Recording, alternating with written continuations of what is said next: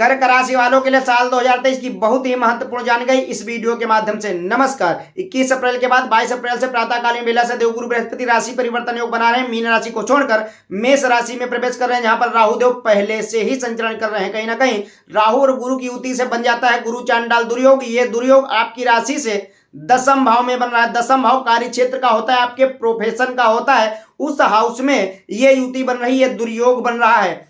जैसा कि ज्योतिष में देवगुरु बृहस्पति को पंचम, सप्तम और नवम ये तीन दृष्टियां प्राप्त हैं। राहु को भी पंचम, सप्तम और नवम ये तीनों दृष्टियां प्राप्त हैं। माने जहां जहां पर देवगुरु बृहस्पति की अमृत दृष्टि बताई गई, जहां जहां पर देवगुरु बृहस्पति दृष्टि डालेंगे वहां वहां राहु भी दृष्टि डालकर असर पहुंचा रहा है। कहीं ना कहीं दसम भाव में युति बनना, पंचम दृष्टि धन भाव पर, सप्तम दृष्टि प्रॉपर्टी भाव पर और नवम दृष्टि कंपटीशन भाव पर, माने छठे घर में आपकी राशि से।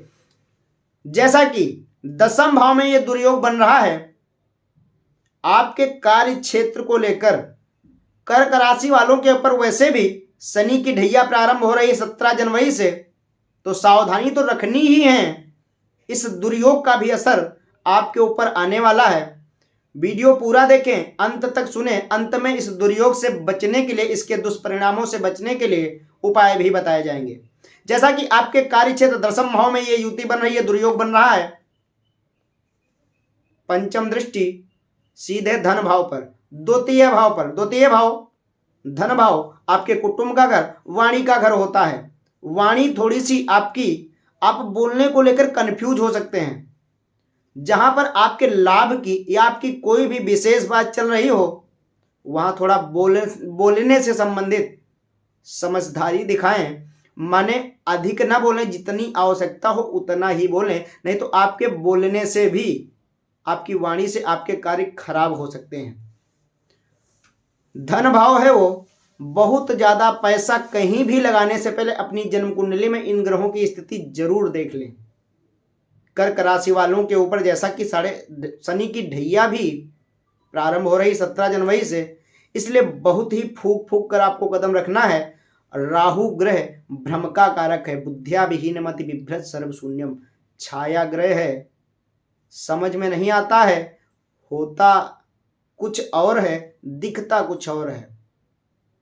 इसलिए राहु की दृष्टि वहां पहुंच रही है, गुरु की भी दृष्टि पहुंच रही है। गुरु चांडाल योग बन रहा है, दुर्योग बन रहा है। योग क्या ही से बोलेंगे। बहुत ज्यादा धन लगाने से पहले बहुत सोच विचार कर ही किसी मामले में बहुत अधिक पैसा इन्वेस्ट करें। सप्तम दृष्टि आपके प्रॉपर्टी भाव पर, प्रॉपर्टी खरीदने का भी योग बन सकता है इस वर्ष, लेकिन प्रॉपर्टी भी बहुत ही जानकारी करके ही खरीदें, क्योंकि दिक्कत वाली प्रॉपर्टी फंस सकती है, समस्याएं हो सकती है। माता से मतभेद होने का योग बन सकता है, आपके परिवार में कलह हो सकती है। नवम दृष्टि कंपटीशन भाव पर, किसी कंपटीशन की अगर आप तैयारी कर रहे हैं तो भ्रमित हो सकते हैं। ध्यान रखें, फोकस आपका जहां चल रहा है वहीं ही बनाए रखें। बहुत ज़्यादा इधर उधर की सोचने की आवश्यकता नहीं है। आपके मामा से आपका मतभेद हो सकता है, भ्रम पैदा हो सकता है, ध्यान रखें। वहीं नया वाहन खरीदने का भी योग बन रहा है आपका, उससे कोई समस्या नहीं है, लेकिन वाहन बहुत हिसाब से आपको चलाना है। इस वर्ष दुर्घटनाओं का भी योग बन सकता है। कोई भी मादक पदार्थ ग्रहण करके बिल्कुल भी वाहन न चलाएं, ध्यान रखें। जैसा कि ये दुर्योग आपके दसम भाव में बन रहा है, कार्य क्षेत्र को लेकर भी आप परेशान हो सकते हैं। अचानक से आपका प्रमोशन हो सकता है अगर आप गवर्नमेंट जॉब में कार्यरत हैं, लेकिन कब? जब आपकी जन्म पत्रिका में इन ग्रहों का बलाबल विशेष होगा, माने आपके लिए शुभ होंगे। आपकी जन्म पत्रिका में इन ग्रहों की स्थिति कैसी है ये भी देख लेने की आवश्यकता पड़ जाती है। कब? जब कोई बड़ा कार्य आप करने जाते हैं। जैसा कि बहुत ज़्यादा आवश्यकता नहीं है परेशान होने की। आपकी जन्म कुंडली में अगर ये ग्रह ठीक हैं तो इतना ज़्यादा बुरा परिणाम नहीं देंगे। अगर ये दुर्योग आपकी जन्म पत्रिका में भी बना हुआ है तो समस्याएं बढ़ भी सकती हैं। इस दुर्योग से बचने के लिए, जैसा कि मैंने पिछले वीडियो में बताया था किसी बहते हुए जल के पास एक नारियल, जटादार नारियल ले जाएं और गोमूत्र ले जाएं। गोमूत्र से उस नारियल को भिगा लें, अपने ऊपर से सादा उतार लें और पीछे से नदी में फेंक दें। सीधे घर चले आए, मुड़ के ना देखें।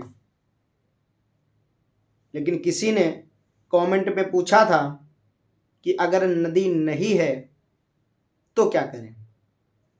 अगर आपके पास कोई बहता हुआ जल, नदी नहीं उपलब्ध है, उस नारियल को उपाय सेम यही करना है।